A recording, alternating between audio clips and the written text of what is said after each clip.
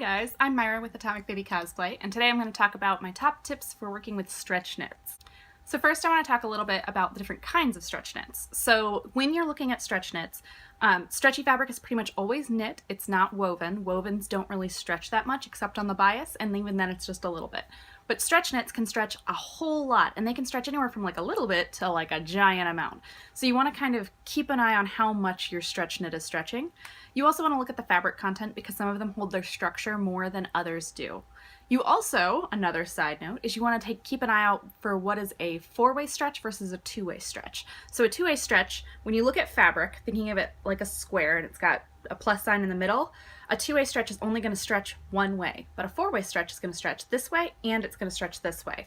Those stretches, those four-way stretches, are your best bets for things like bodysuits. That's what you're going to want to use for those because you need that stretch to go all four directions in order to properly uncover your body. So the next thing you want to think about when you're working with a stretch knit is the type of needle you're going to use. So when you work with stretch knits, you want to make sure that you're using a needle that's appropriate for working with stretchy fabrics. If you use a standard regular needle that's not meant for stretchy fabrics, you're going to find that you get skipped stitches and other problems like that because the needle can't go through the knit the way that it's supposed to.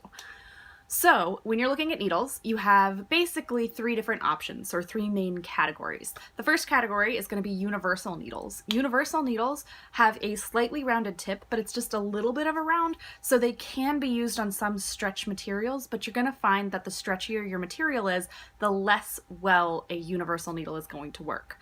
The next type of needle is going to be a jersey needle. Jersey needles tend to have a very rounded tip or mildly rounded tip, more so than a universal needle. They're more commonly used on most of your fabrics, most kind of basic, stretchy, t-shirty type materials. And then the last one is going to be an actual stretch needle. These ones are usually used for sewing things like elastic, stretch lace, spandex, swimsuit material. So a lot of cosplayers tend to go with that type of needle because you're going to be making things like bodysuits or if you're doing swim versions of characters, things like that, you want to use that stretchy needle. So the next thing that you're going to want to combat is waviness. Waviness is really, really common when you're working with stretch materials. And basically what's happening is the fabric is stretching out as you're sewing it. And that can happen for a number of different reasons. Anything from the way that your machine is threaded, to your tension, to the type of needle that you're using. But one of the ways that you can kind of help to combat that if you're still struggling is you can use stabilizer. Stabilizer is really great, especially if you're trying to match up two different stretch materials that are different weights, and so one is wavy and one is not. You can use stabilizer on the wavier one to kind of even out their weights. So that's what you want to use when you're trying to match up two different stretch materials and you're getting a wave. It can also be helpful sometimes in hems, I've found, in order to help kind of minimize that waviness. Not all the time, but sometimes. The next thing I want to talk about is stitches. So when you're sewing with stretch materials, you need to be using a stitch that's appropriate for use with a stretch material. So if you use a straight stitch, the way straight stitches work is you're kind of going in and out of the fabric, right? Well, there's nowhere for that material to go. It doesn't stretch anymore if you use a straight stitch, right? So you can use straight stitches in construction of stretch garments in areas where that garment doesn't need to stretch. So on a bodysuit, you pretty much never want to use a straight stitch, but say on, I'm trying to think of an example, say on a skirt hem.